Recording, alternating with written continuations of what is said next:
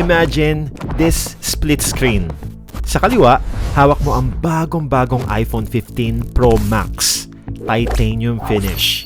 3 cameras. Ang kinang, di ba? Nakaplan yan, 0% interest. Roughly 4,000 to 5,000 pesos every month ang kaltas sa credit card mo for the next 2 years. Feels good. Feels premium. Pero, tingnan mo naman yung nasa kanan. Buksan mo yung banking app mo. O kaya silipin mo yung emergency fund mo. Ano yung laman? Maintaining balance. Minsan nga, below maintaining balance pa. Tanong, bakit kaya mong mag-commit na magbayad ng 5,000 buwan-buwan para sa isang cellphone na malalaos din next year pero wala kang mahugot kahit 500 pesos para itabi sa emergency fund mo ngayon? Masakit pakinggan, di ba? Kasi akala mo ang problema mo, maliit lang ang sahod mo. Akala mo kulang pa ang kinikita mo. Pero mali ka. Ang totoo niyan, hindi income ang problema mo. Ang problema mo, nagpapanggap ka. You are performing what I call financial acting. Mayamang ka tingnan sa labas pero hollow block ang laman ng bulsa mo. Kung na-offend ka sa sinasabi ko, good. Ibig sabihin, tinatamaan ka. Pero bago ka pa mag-scroll down, pakinggan mo muna yung kwento ni Kiko. Dahil pustahan tayo. Kung masakit ang intro na to para sa'yo, malaki yung chance na si Kiko ay ikaw. At kung tatapusin mo ang video na to, ituturo ko sa'yo ang 1-hour rule. Ang nag-iisang financial habit na ginagawa ng mga tunay na mayayaman na hinding-hindi tinuturo sa school at hindi mo din madidinig sa opisina nyo.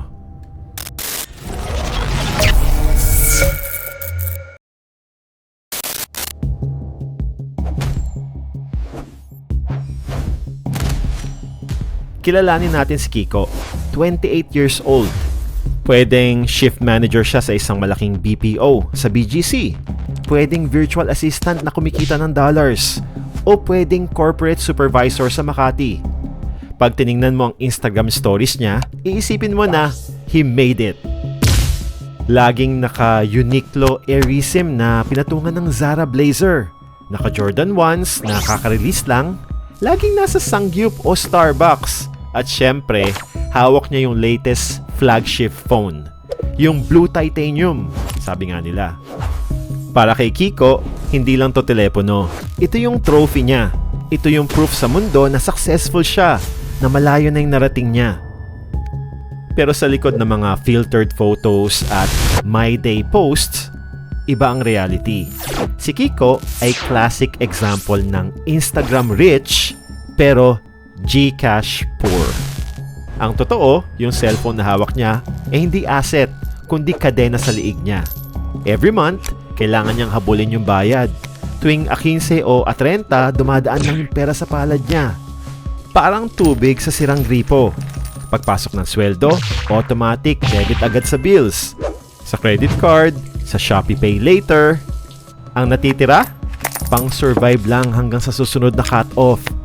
Petsa de Peligro is not just a season for him, it's a lifestyle. Laging kabado, laging nag-aabang.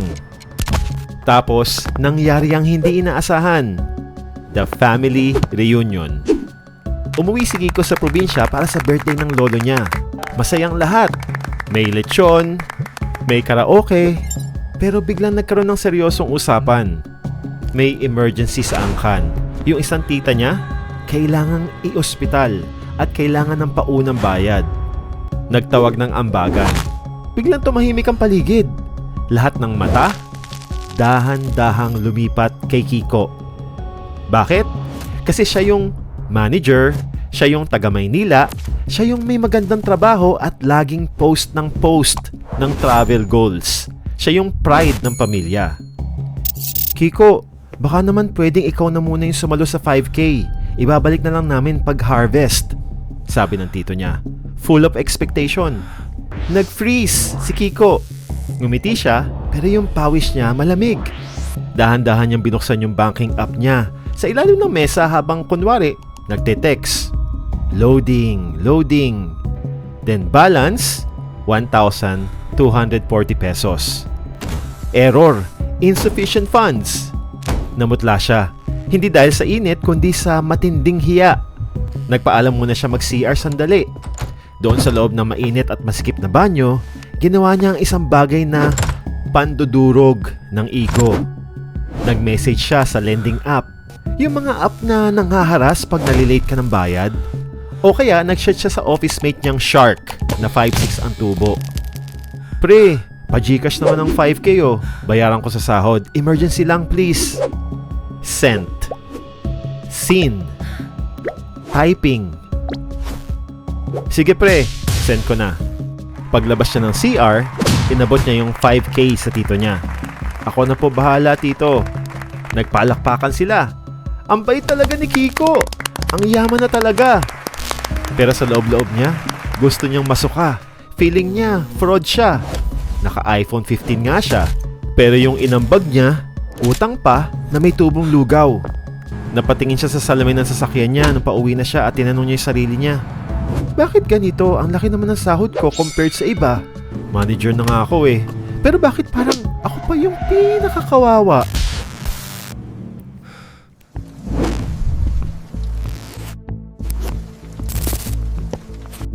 Kinabukasan, pumasok si Kiko sa opisina na parang zombie.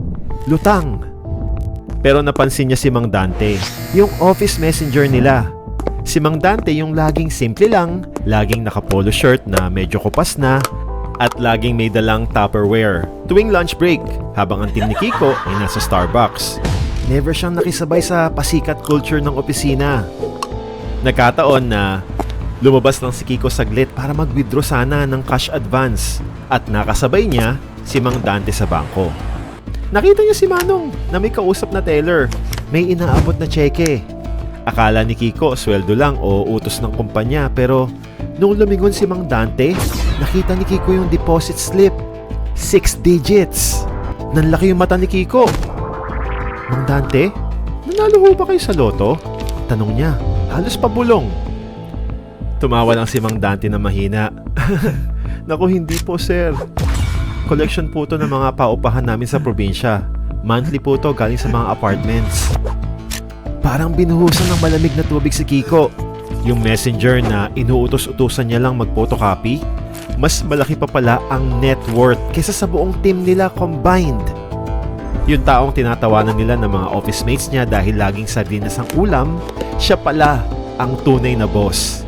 Hiyang-hiya si Kiko sa suot niyang branded na sapatos na hindi pa bayad habang si Mang Dante nakasandals lang pero milyonaryo ang mindset.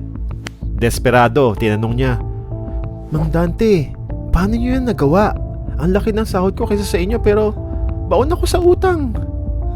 Umupo si Mang Dante at shinare yung sikreto niya. Sir Kiko, simple lang. Ang tawag dito, the 1-hour rule.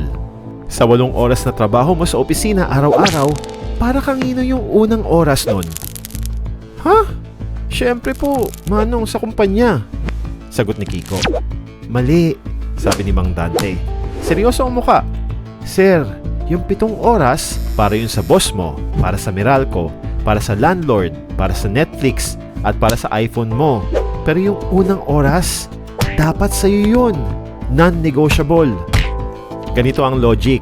Kung kumikita ka ng 1,000 pesos per day, roughly 125 pesos ang first hour mo. Maliit lang, di ba? Pero yung 125 pesos na yan ang invisible tax na sisingilin mo sa sarili mo bago ka pa gumastos. Automatic transfer agad sa savings na hindi mo pwedeng galawin. Kasi sir, ang yaman hindi yung cellphone na hawak mo. Ang yaman ay yung perang hindi mo ginastos na nagtatrabaho para sa iyo habang tulog ka.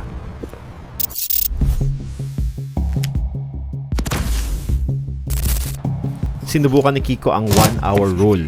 At aaminin ko sa iyo, hindi siya masaya. Sa unang buwan, parang impyerno. Nung nag-aya ang tropang magsangyup at inuman after shift, humindi siya. Pas muna ako pre, nagtitipid, sabi niya. Sus! KJ mo naman pre, minsan lang eh. Kantsaw nila. Masakit sa ego, feeling niya outcast siya. Tinawag siyang kuripot. Tinawag siyang killjoy ng mga chicks sa office. Nung nag-sale ang favorite sneakers niya, pinikit niya ang mata niya. Naramdaman niya yung withdrawal symptoms, yung kating-kati bumili, yung urge na mag-swipe kasi deserve niya daw. Para siyang adik na tinatanggalan ng bisyo. Pero tinuloy niya. Every sweldo, kaltas agad ng 1-hour equivalent. Diretso sa digital bank na mataas ang interes. Tiis ganda, baon muna instead na grab food. After 1 year, may nangyaring magic. Hindi magic na biglang yumaman, kundi magic sa utak niya. Binuksan niya yung banking app niya. Yung dating maintaining balance lang na 500 pesos, ngayon may laman na pang emergency fund. Yung graph ng interest, umaakyat na. Biglang nag-shift ang dopamine niya. Mas masarap pala sa feeling yung peace of mind kesa sa flex sa social media. Mas masarap palang matulog ng walang iniisip na due date. Yung dating pambayad niya sa gadget na nagpapabigat sa bulsa niya, ngayon ay asset na nagpapagaan ng buhay niya. Na-realize niya na yung fake rich lifestyle niya, yun pala ang nagpapahirap sa kanya. Kaya ikaw na nanonood nito, makinig kang mabuti. Si Kiko ay hindi lang kwento. Si Kiko ay multo ng future mo kung hindi ka magigising ngayon.